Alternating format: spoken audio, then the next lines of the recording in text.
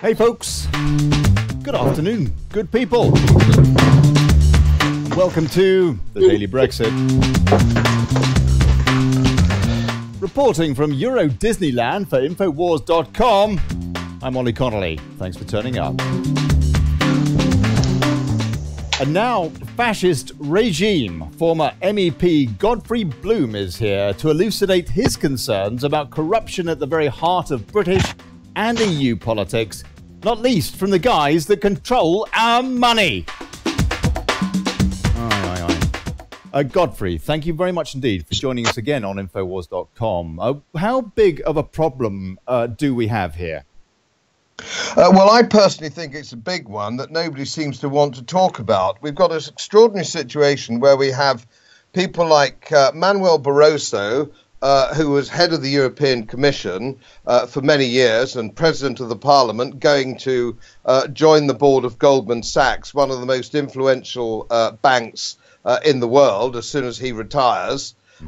Which the bank actually, and I'm an ex-investment banker myself, is known as the Vampire Squid. It's a deeply naughty bank. It's a bad bank, and it has a terrible reputation, even amongst other investment bankers, for fiddling and corruption. So it's a bad bank. Now, you've also got chancellors of the Exchequer who, when they finish their term of office, also go and work for investment banks.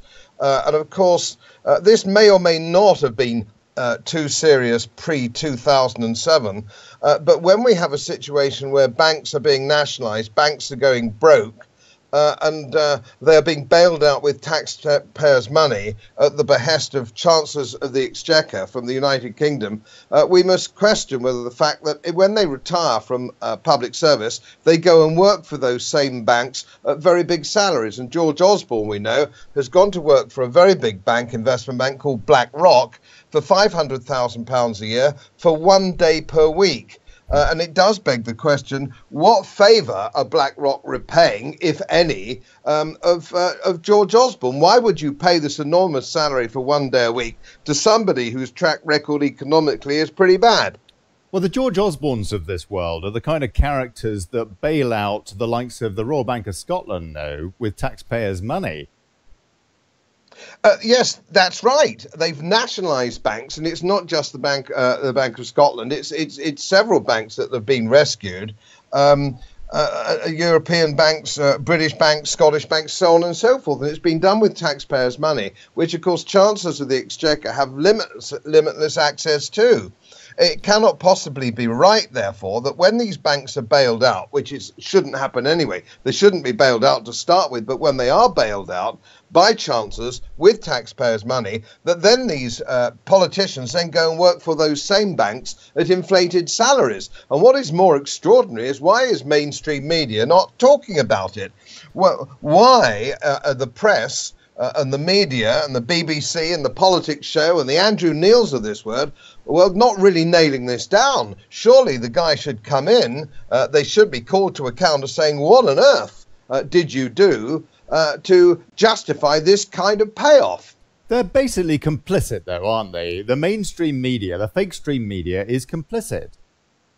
Well, yes, and of course, public service broadcasting over here in the United Kingdom is pretty poor stuff, because what happens is leading broadcasters are paid into their company production schemes. They don't pay PAYE like we do. They don't pay tax like ordinary people. They're paid production companies with all sorts of tax benefits, and some of them are indeed offshore. So one suspects that they're not going to actually pressure a retired chancellor if that chancellor can turn around and say and bubble how they're paid and how they're remunerated. The whole thing's a fiddle. The remuneration of journalists at the BBC is actually under scrutiny at the moment. In fact, I think there's a story just today, because their tax arrangements have been under the headlamps, haven't they, just recently? And people are questioning that. So maybe there's a little bit of change there. But so far as the real root core problem here, is these chancellors also, they're in ad hoc, totally in hoc, to the Bilderbergers and all that lot. Mark Carney, for crying out loud, Bank of England boss was at Bilderberg last week with George Osborne. Yes, and of course, Mark Carney is ex-Goldman Sachs himself. This is a secret cartel, and they all look after each other. And of course, Mark Carney, when he retires from the Bank of England, having done an appalling job, it's absolutely fascinating. I speak as a fund manager and a research economist. Almost every call he's made since he took office has been wrong. So he's the most incompetent buffoon that's ever actually run the Bank of England. He will go straight back to Goldman Sachs on another monster salary, where they will all sit round the lunch table chortling about how they've stitched up the taxpayer. The whole thing is an utter disgrace. That's right. And meanwhile, the likes of Soros are funding campaigns to try and keep us within this, really what amounts to a club of fascism now, this EU club. Is there any reason at all that we, with a trade deficit to the EU, should not just be walking away and saying, look, if you want to talk trade, if you want to sell us cars and wine and whatnot, that's great? Well, of course, it beggars belief. And if you go to the pubs and clubs up here where I'm talking from today, Yorkshire, and Yorkshire is known for its common sense and its care with money, they can't understand why we're grovelling around when the trade balance is 80 to 90 billion pounds in the European Union's favour.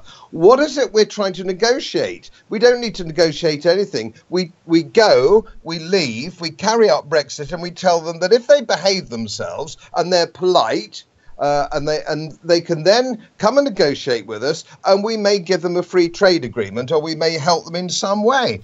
But we're not beholden to them any more than when you do your Christmas shopping in Fortnum and Mason, you're beholden to the man in the top hat on the door. You don't have to pay to get into Harrods. You don't have to pay to get in Fortnum and Mason. You're the customer, for goodness sake. So why is it that we're grovelling to these people? The whole thing's absolutely ludicrous. There can only be one conceivable reason, of course, and that is because somebody somewhere is on the take. And it seems to be politicians and bankers all piss in the same pot. Absolutely. And it is, isn't it? It's a big gravy train. That is what the EU is. Philip Hammond, for example, is telling us that actually, no, 2 and 2 do not make 4, that the Germans will not want to sell us their BMWs anymore. They'll be perfectly happy to put all of their staff out of work and close factories with the missing trade there.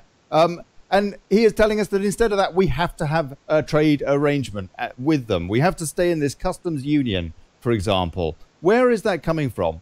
Where is the sanity?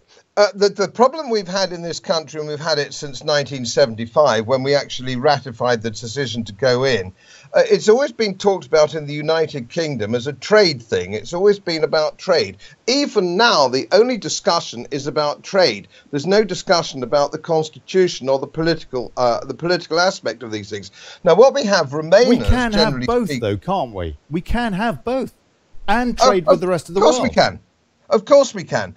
The problem that we have is that a European superstate is a political dream. It's a political ideal of Remainers, and this debate has nothing whatsoever to do with trade. And I've lectured at more universities than you could shake a stick at over the years, and I've said, for goodness sake, if you want a European superstate, be honest and say so.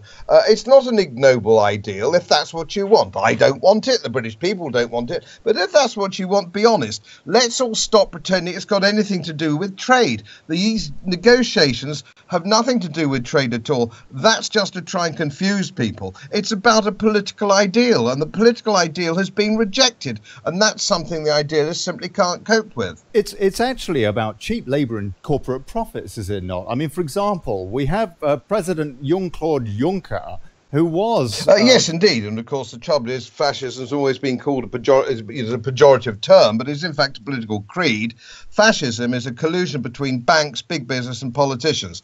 And that, of course, is exactly how the European Union runs. And people every day are beginning to see it for what it is. It is fascism, and we have to understand that, and we have to recognise it.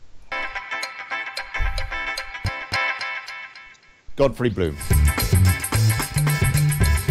Thank you. Your input is always very appreciated here on Infowars.com, sir.